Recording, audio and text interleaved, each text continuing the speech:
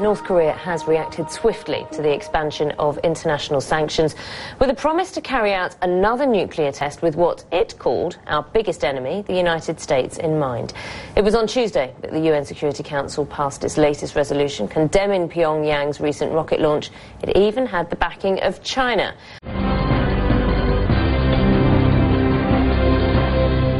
The country's space agency launched a rocket last month. Authorities claimed it was to orbit a satellite. But other countries say the North Koreans were testing long-range ballistic missile technology. Scientists in the North have carried out two previous nuclear tests in 2006 and 2009. Experts have been suggesting for weeks that they could be preparing for a third. United Nations resolutions ban North Korea from developing missile and nuclear technology. On Tuesday, the Security Council condemned the latest rocket launch and expanded its existing sanctions. The latest North Korean statement says the country flatly rejects all UN Security Council resolutions. It also says that no dialogue on the denuclearization of the Korean Peninsula will be possible in the future. North Korea is threatening two major things, Rosemary. Firstly, they're threatening more satellite launches stroke missile tests. As you know, this is dual-use technology. It's basically the same thing, so we can expect more of that after their December launch. More ominously, they're also threatening another nuclear test. This would be their third nuclear test.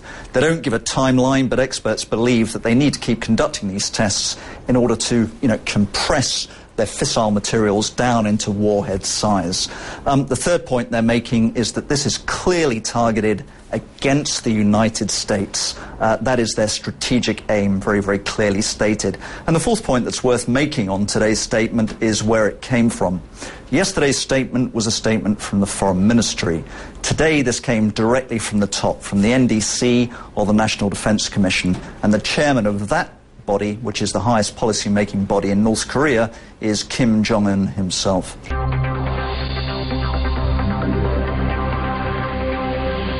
And Beijing, interestingly, has been showing some encouraging movement over the past week or so. They signed up to the UN resolution which has prompted this latest response from North Korea. And Xi Jinping, the new incoming Chinese leader, met an envoy from South Korea just yesterday and said that he wanted to restart the six-party talks which are aimed at stopping the nuclearization of the peninsula. And tomorrow Xi Jinping will meet the US envoy who is heavily involved in the North Korea issue. So China is the key, but the alarming thing is this change of stance by North Korea. All along they've claimed that these nuclear tests and the rocket launches are peaceful. Now suddenly they're saying, right, from now on we are aiming at the United States.